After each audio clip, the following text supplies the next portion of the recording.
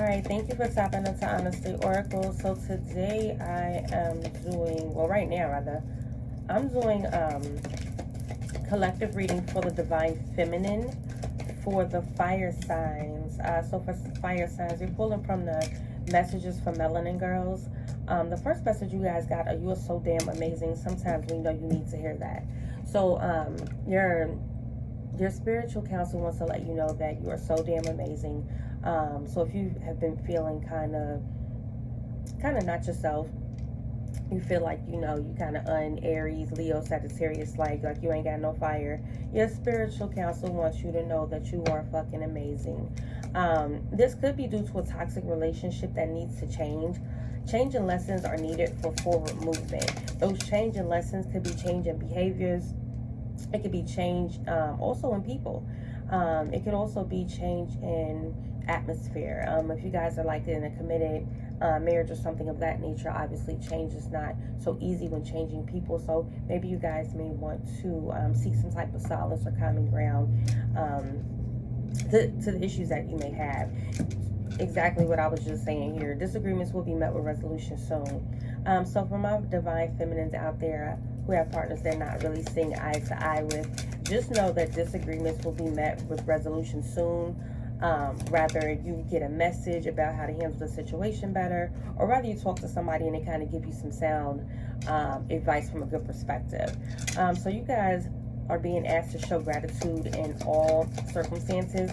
I'm feeling like fire signs that you guys get pretty much what you want for the most part, as long as your energy is high and as long as you guys are manifesting properly, you guys basically get what you want.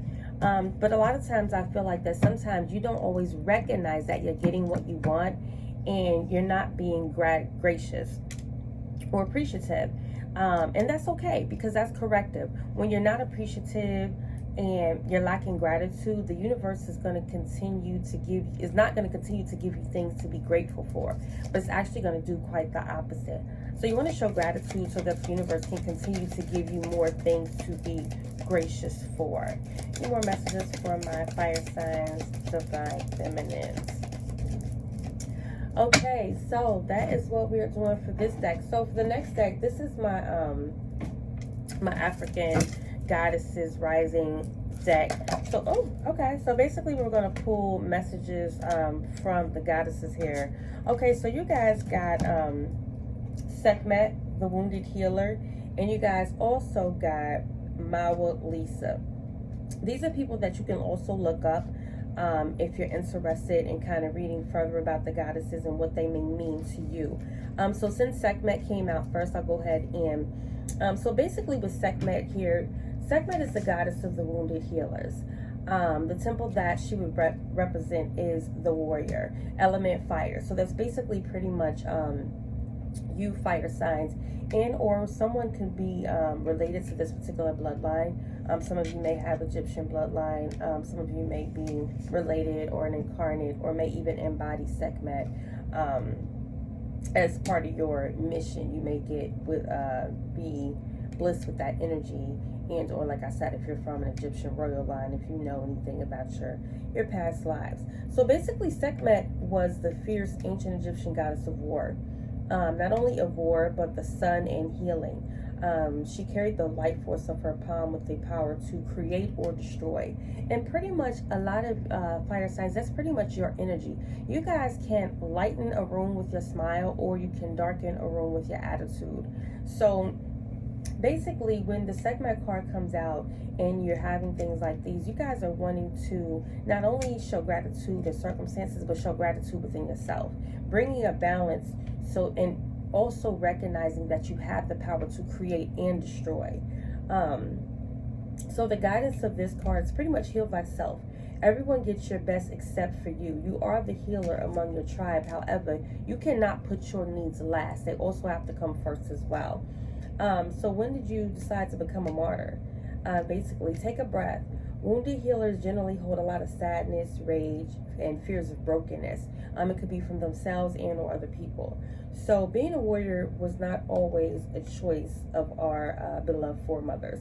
However, they did do the best that they could. So if you're a goddess warrior out there, like I said, for those who resonate with Sekhmet, who may have incarnated, this segment are even a part of the royal bloodline.